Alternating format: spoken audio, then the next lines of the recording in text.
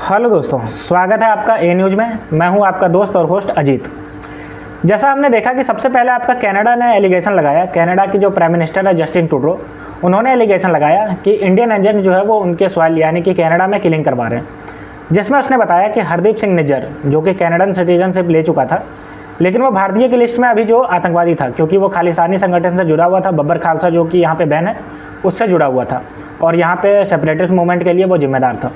तो उसकी जब वहाँ पे हत्या हुई, वहाँ पे गोली मार दिया गया गुरुद्वारे के बाहर, तो उन्होंने एलिगेशन लगाया कि इसमें जो वो भारतीय एजेंट कहा था। लेकिन उस समय भारतीय सरकार ने कहा कि कोई इसके सबूत नहीं है, ये जो झूठा एलिगेशन है और आप ये झूठा एलिगेशन लगा रहे हैं। उस समय बहुत ज़्यादा ड्रामा भी देखने को मिला। कनाडा के जितने भी आपका 22 से 24 जो डिप्लोमेट्स थे, उनको इंडिया ने वापस भी भेज दिया था और उस समय बहुत ज़्यादा टेंशन एराइज भी हो गया था। उसके बाद फिर आपका यूके यानी कि यूनाइटेड किंगडम के एक न्यूज़पेपर है गार्डियन, उसमें एक आर्टिकल छपा जिसमें ये बोला गया कि पाकिस्तान में जितने भी आतंकवादी जो किलिंग हो रही है, उनके पीछे भी इंडियन एजेंट का हाथ है।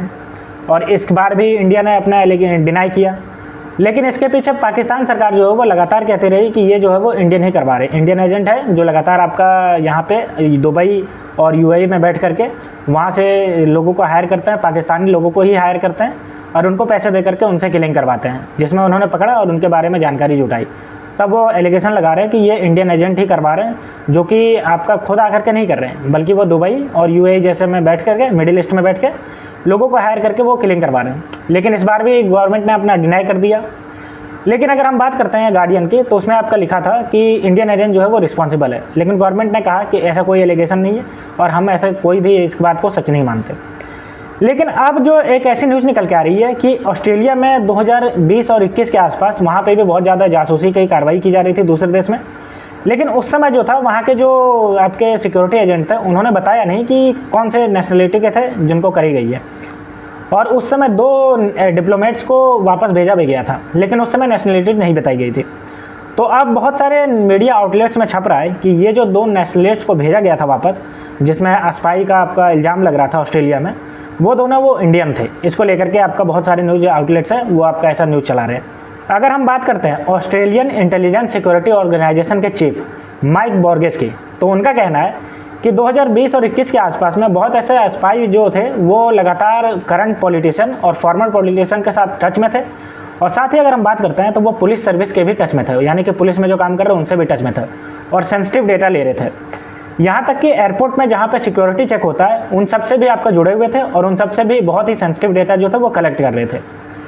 और 2020-21 की जो बात थी, जो उस समय 2 डिप्लोमेट को एक्सपेल किया गया था, तो अब जा करके वाशिंगटन पोस्ट में न्यूज़ छपी जिसमें बताया गया कि जो 2 डिप्लोमेट्स थे, यानी जिसके ऊपर स्पाई का आपका इल्ज़ाम लग रहा था, वो दोनों इंडियन नेशनलिस्ट के थे और इंडियन थे दोनों, और दोनों के ऊपर जो है वो ऑस्ट्रेलियन सरकार ने उस समय कार्रवाई की और उनको वहाँ पर एक्सपेल किया गया। लेकिन अगर हम बात करें ऑस्ट्रेलियन गवर्नमेंट की, तो उन्होंने इसके बारे में कोई बात नहीं की और इससे टिप्पणी करने से मना कर दिया है। साथ ही इंडियन हाई कमीशन जो कि कैनबरा में है, उनसे भी जब बात की गई तो उन्होंने भी इसमें टिप्पणी करने से मना कर दिया। अगर हम बात करते हैं रिसेंट टाइम की, तो इंडिया और ऑस्ट्रेलिया का जो टाई अप है वो बहुत ज़्यादा स्ट्रांग हुआ है और बहुत ज़्यादा इसमें ट्रेड का दोनों का बैलेंस हुआ है। बहुत एक दूसरे से ट्रेड जो है वो बहुत ज़्यादा बढ़ा है। अगर हम इंडियन लोगों के पॉपुलेशन की बात करते हैं जो ऑस्ट्रेलिया में रहते हैं, तो वो 7,50,000 के आसपास जो है वो इंडियन नेशनलिस्ट है जो ऑस्ट्रेलिया में रहते हैं और काम करते हैं। कुछ वहाँ पे नेशनलिस्ट ले चुके हैं और कुछ अभी जो है वो इंडियन नेशनलिस्ट हैं जो वहाँ पे रहते हैं और काम करते हैं। साथ ही अगर हम बात करते हैं क्वाड एलाइज की, जिसमें इंडिया और ऑस्ट्रेलिया दोनों साथ हैं और दोनों जो है वो डिफेंस कोऑपरेशन कर रहे हैं। क्वाड एलाइज में 4 देश हैं, इंडिया, ऑस्ट्रेलिया, जापान और अमेरिका।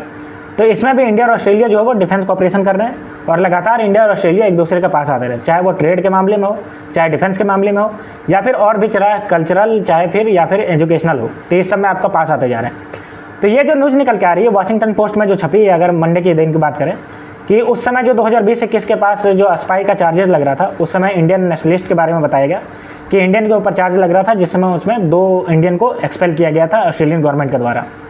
लेकिन दोस्तों अभी पूरी तरीके से कहा नहीं जा सकता कि वो सच में इंडियन थे या नहीं थे, क्योंकि ये जब ऐसे एक एलिगेशन लगा हुआ है जो कि वाशिंगटन पोस्ट ने लगाया।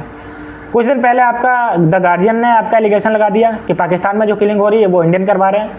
और उसके पहले अगर बात करते हैं तो आपको पता है कनाडा में कितना ज़्यादा टेंशन देखने को मिला कनाडा और इंडिया के बीच में, क्योंकि कनाडा का जो पीएम थे उन्होंने एलिगेशन लगा दिया जस्टिन ट्रूडो ने कि वहाँ पे जो हरदीप सिंह निज्जर की हत्या हुई उसमें भी आपका हिंदुस्तानी एजेंट का हाथ है। तो ये थी पूरी न्यूज़ दोस्तों ऑस्ट्रेलिया के रिगार्डिंग कि इंडियन स्पाई को वहाँ से एक्सपेल किया गया था 2021 के 22 के आसपास। तो दोस्तों ऐसे ही न्यूज़ देखने के लिए आप मेरे चैनल को सब्सक्राइब कर लीजिए। तो मिलते हैं दोस्तों नेक्स्ट न्यूज़ में, तब तक के लिए स्टे ट्यून्ड, थैंक यू।